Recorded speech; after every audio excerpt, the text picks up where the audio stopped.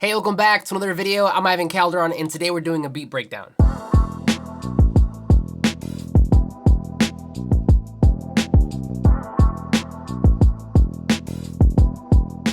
So, full disclosure, this was supposed to be a beat making video, but after finishing the beat, I realized that the screen was never recording, so now it's just a beat breakdown. Anyway, today we're making something that's a little bit out of my comfort zone, and that's lo-fi. I don't think I've ever made a lo-fi beat before, but I'm really just enamored with that entire genre because the beats are so soothing and borderline therapeutic. Whether you're cleaning, trying to study, or trying to go to sleep, all the beats are super smooth, and I wanted to see if I can try my hand at it today. Okay, so as always, let me just first play you the beat, and I'm gonna play you the main part of it, the chorus, and then we'll go back and of course, we'll talk about the arrangement, but this is it.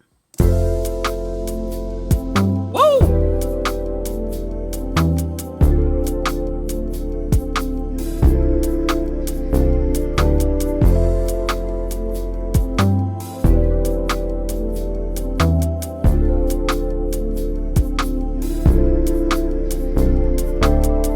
But okay, let's run through this. Now, usually I start out with the melody, but the problem that I've been having lately is that I tend to overproduce. So I thought for this video, or for this beat, why don't we start out with the drums? Because really, this is also probably one of the most important and prominent parts of a lo-fi beat. Now, lo-fi pretty much, in my opinion, is like less aggressive, more jazzy boom bap. So I started out with the drums, as I mentioned, and this is what I came up with. So let me just play you the drums first, and then we'll dissect them.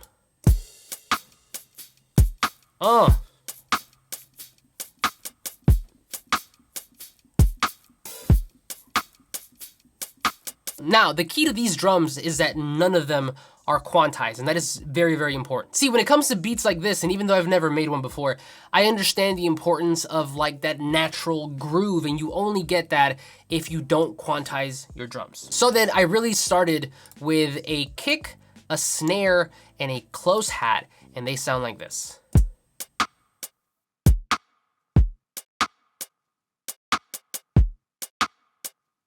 So what I first did was I recorded the kick and the snare, and I quantized those just so I can be on time along with the metronome that was playing.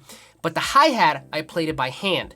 Now, when that was done, I went back to the kick and the snare, and I went over to this little macro that I have on here on my timeline or on my toolbar called Humanize Time, and it basically just shifts around the kick and the snare to a point where it feels like it was played by a human instead of it being just very robotic. The other thing too is that whenever you do play your instruments in or your drums in, and specifically something like a hi-hat, you're going to get different kinds of velocities, which is what you want. You don't want it to be all t-t-t-t-t. You want it to be like t-t-t-t-t. So that's what I did, and that's what you see here. Now, once I had that, it still needed to be a little bit more filled in for me, so I added another close hat, which was another live hat, but it had a different texture. And together, we get this. So this is a second hat here. Now, if you notice, there's a couple places here in the hi-hat, the close hi-hat, where you hear a little bit of a gap. Right there. And then, like, right here. And that's because there, I reserved it for an open hat. Still very much live sounding, but if I add that in, we get this.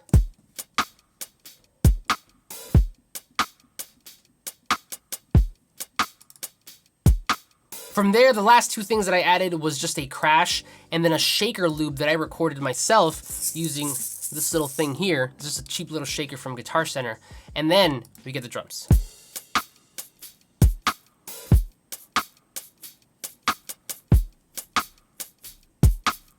But okay, once we had our drums, it was time to move on to the melody, and I started out with a new plugin that I just got. This is Mark 1, which is the on the Addictive Keys line by XLN Audio, and this is probably one of the best sounding Rhodes that I've ever come across. Take a listen. Whew. Just like super dreamy. And if we take a look at the actual MIDI, that's not it. It's this one. If we take a look at the actual MIDI, you'll see that I kind of created these little flares up in the beginning. Because otherwise, it'd be very robotic. It sounds something like this. And there's nothing wrong with that, but adding these little kind of accents and little flare-ups in the beginning kind of just make it a little bit special. Slightly different one, more delayed. And for these two transition chords, these have no, little pizzazz in the beginning. It's just straight chords. And then at the end, what I did was for the second half, I duplicated it, but then I added these two little like flourishes, two little notes. And that sounds like this. Kind of like a walk down almost.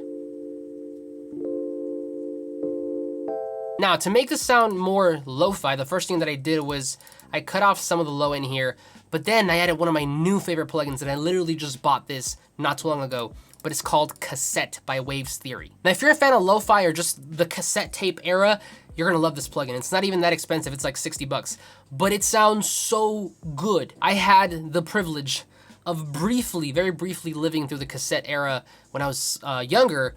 I guess I'm now showing my age, but this thing sounds amazing, and it has a bunch of different presets here. So once you add that in, and by the way, I have this preset called Warm Keys, which is probably one of my favorites. But once you add that in, this is what it turns that Rhodes into.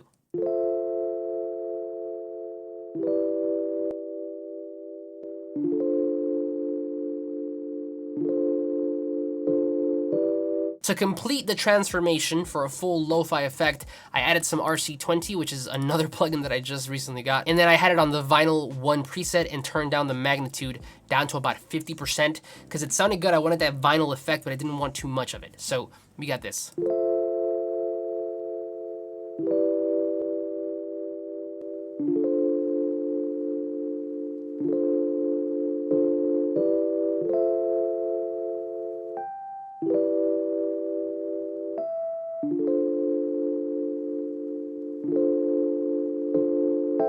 Now from there, all we did was just started to layer. So the first one that I layered up was a pad. That pad is from Expand. This thing is a monster.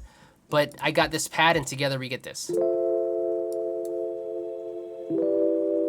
Just makes it sound more ambient, atmospheric, and spacey.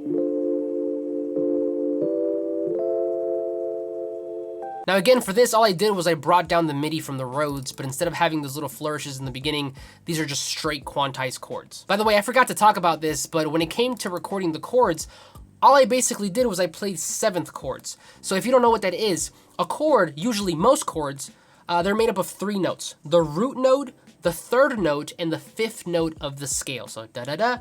Whenever you add the 7th note of the scale, it turns that chord into a very kind of like jazzy kind of vibe, and that's exactly what you need for something like this, R&B or lo-fi. So I started out with an F sharp major, then I added the 7th, and I kind of created a progression around that, and that's how I got the chords that I played. But okay, once I had those two, the Rhodes and the pad, we moved on down to layering a little bit more, and the next layer that I brought up was an organ. Now that organ is from Analog Lab. It's this one here, the jazz organ, and it sounds like this.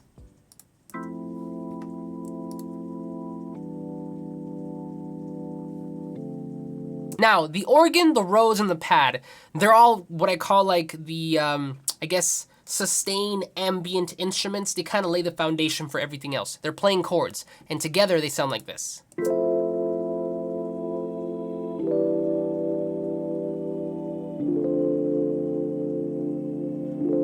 If you notice, there's really no melody yet. It's just chords being played in a certain progression. If we add the drums back into that, this is what we get.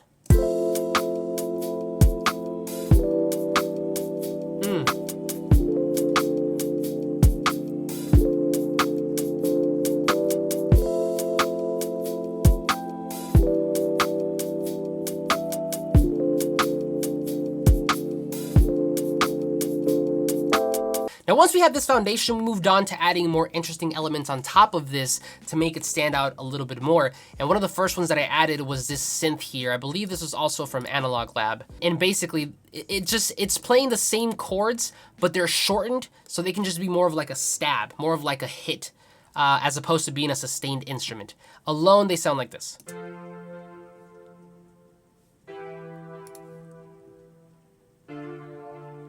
But they are playing the same chords, and I did manipulate these a little bit more.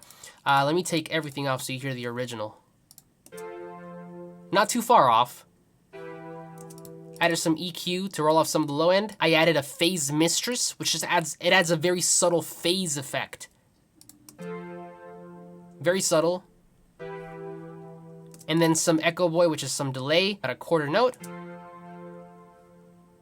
And then a wider, just to kind of push it out just a little bit.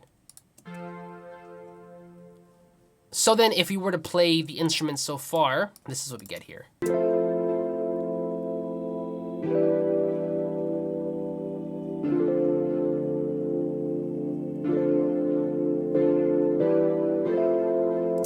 Again, up to this point, we really don't have a melody yet, but we fixed that by adding some arcade. I could probably make a whole different video about arcade. I just got put onto it not too long ago. I mean, I've heard about it before, but I never really gave it a chance.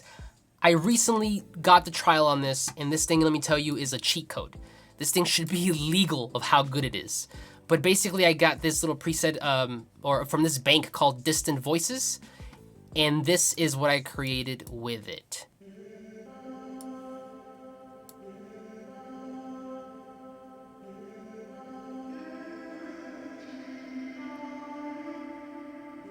And it just repeats. From there, I layered that with a French horn ensemble from one of my favorite orchestral plugins. Let me bring that up for you. Where is it? Here.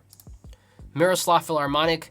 It's a bit pricey, but this thing, there's very few that can compete with it. There's some really good ones out there, but this one's one of my favorites. So once we bring the horns and that vox, which are the same melody, we get this.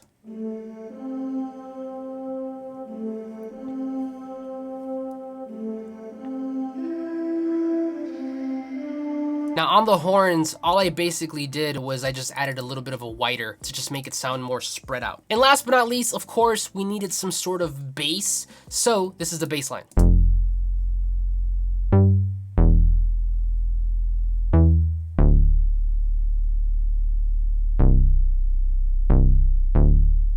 Now this bass is following the exact same chord progression as everything else that I've played. And then for the little kind of like flourishes here, they're basically the same note that I played on the Rhodes on the second half this here. So it's like the bass note or the root note, root note, root note, and then I'm just kind of flourishing it with these little high notes at the top, just so they can sound a little bit more interesting. So then here is the full beat. Hope you enjoy it.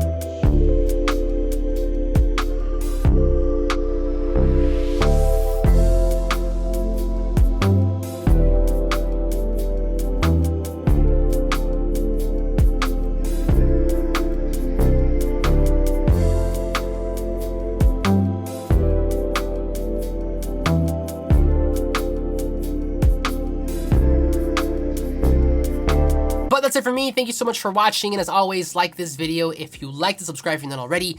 But I'll see you on the next one.